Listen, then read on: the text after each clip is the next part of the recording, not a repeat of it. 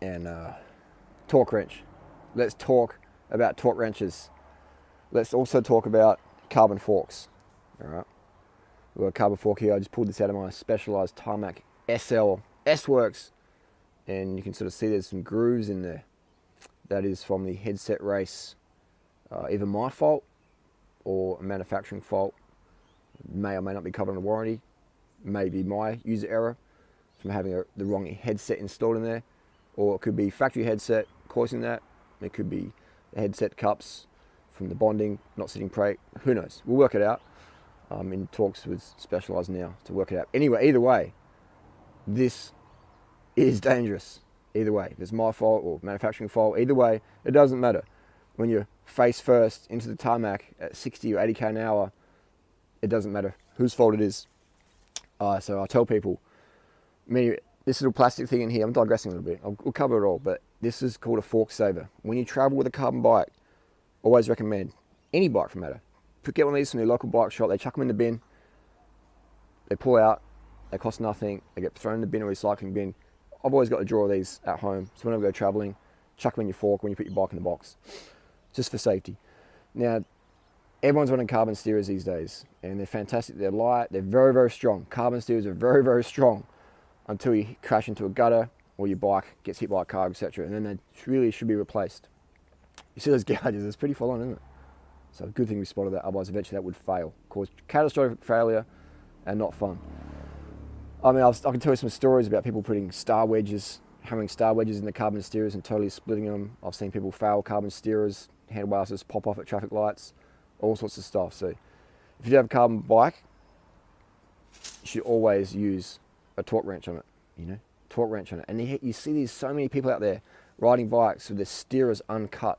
They'll have that much of steerer tube above the stem, and they're running these fucking fat steerers, maybe a giant steerer or a stem, giant stem or zip stem. And they're running these super stiff stems with an uncut steerer and just sprinting or flexing or racing, mountain bike, cross-country road, whatever, cyclocross.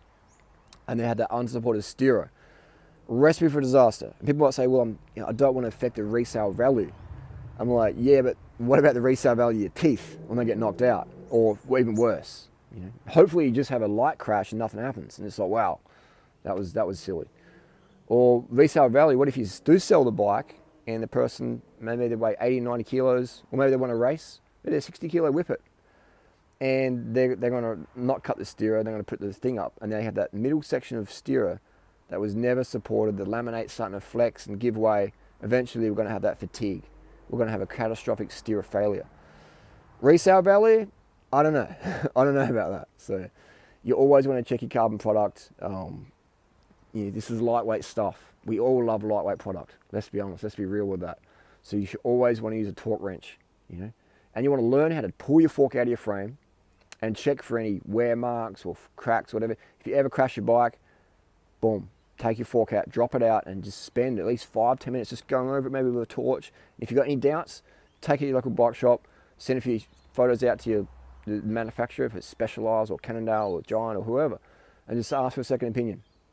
If you've been hit by a car, then in my opinion, your bike should be written off. Bikes aren't designed, correct me if I'm wrong, but bikes aren't designed to be hit by cars. Bikes aren't designed to be hit hard into walls, etc., crashed hard into gutters. So that's just my opinion. That's just my opinion, and it's shared by many manufacturers out there. Ring up any company and say, I got hit by a car on my bike. You think it's going to be safe? Should be x-rayed. At best, it should be binned or turned into a shopping bike. Unfortunately, I'm a big fan of repairing stuff and recycling things, but at the expense of human health or well-being, sometimes we think have to go to landfill, or be fixed really, really strongly. So that's the fork. Specialized. It's not a Chinese knockoff from eBay. It's the legit, real thing, the S-Works product, the product that's probably the most revered out there. So if this can happen to S-Works product, it can happen to anyone. And Specialized has a really, really strict quality control. Really, really strict. So this could be from my user error, from the wrong headset being in there, or wrong angles, etc. Or it could be manufacturing error. We'll soon find out. Either way, I want this video to be a warning to people.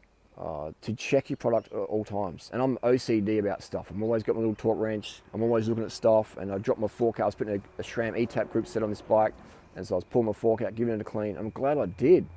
I'm glad I did, because I wouldn't have noticed things like that. So you can give your bike to the bike shop and expect them to do it for you. And there's some great mechanics out there, some really fucking awesome mechanics out there. I meet them all the time. I know a lot of great mechanics here in Adelaide, and I'm always getting advice and tips from them and help from them. But also it's good to learn as well. Use your own set of eyes to learn what a fatigue fracture or any potential danger could look like. It's very important to just go over things, and if you're not too sure, get second, or third, or fourth opinion, fifth opinion, and don't be afraid to sort of to ask people questions, because at the end of the day, it's your health and those you ride in the bunches with, so their health and safety as well at risk. Please do not, if you've got a carbon steerer, don't ride it for more than a couple of days. Get your position sorted, cut the steerer, chop it. I see people riding all the time. It's fucking crazy. I remember a few years ago, there was a race in A grade. I won't mention the brand of the bike, I won't mention the rider, but he won A grade. He won the A grade sprint, fast guy. Big bunch kick in the Vic Park, high speeds, maybe 70 km an hour, whatever it was. Got his prize money, rode home, went off the gutter, his fork steerer popped, snapped, crashed, didn't get hurt. He just won the sprint in A grade. Uncut steerer, So it does fucking happen. It's rare, but it's such catastrophic, you don't want it to ever happen. It's like plane crashes, you don't want it to ever happen. So I encourage people to use torque wrenches whenever you're using carbon product. Learn this shit. Taking a fork out of a bike is easy. If I can do it, anyone can. Using a torque wrench is easy. This is not engineering, this is not qualified mechanic stuff. This is basic stuff. GCN tutorial on YouTube. There's plenty of GCN videos out there to how to remove a fork. It's like 2 bolts, stem bolts, steerer cap, boom, slides out. Maybe under your brake or whatever. So this is real easy stuff. Check your stuff if you ever have a crash, get second opinions. Never ride uncut steerers, meaning, you got more than 5 mil on top of your thing. If you're going to ride uncut, make sure you get longer bolts so you can drop that steerer plug in there to protect the clamping forces. Things like that. So anyway, if you've got any questions or comments or experiences down below, carbon steerers failing, it can happen with aluminium as well. Drop out your aluminium steerer. Just get steel. Any fork steerer should be checked routinely, especially after a crash. Every few months, I'll pop mine out, have a little investigation. Check it out. Takes 10 minutes, 5 minutes, just for a lot bit more peace of mind. It's not about being OCD or paranoid or hypochondriac. It's just about basic bicycle maintenance that more of us should learn ourselves how to do and do it more often, just for the safety of everyone involved. Anyway, if you have any questions, hit me up down below. I'll let you know how the deal with Specialized goes. I'll let you know what was the end outcome of that one, and we'll get onto that. But eventually that bike's going to be shelved in the meantime, which is unfortunate because I was looking forward to kicking it out again. But anyway, first world problems, end of the day. If you have any comments, questions, experiences, hit us up down below, and we'll do a follow-up video with this one. Peace.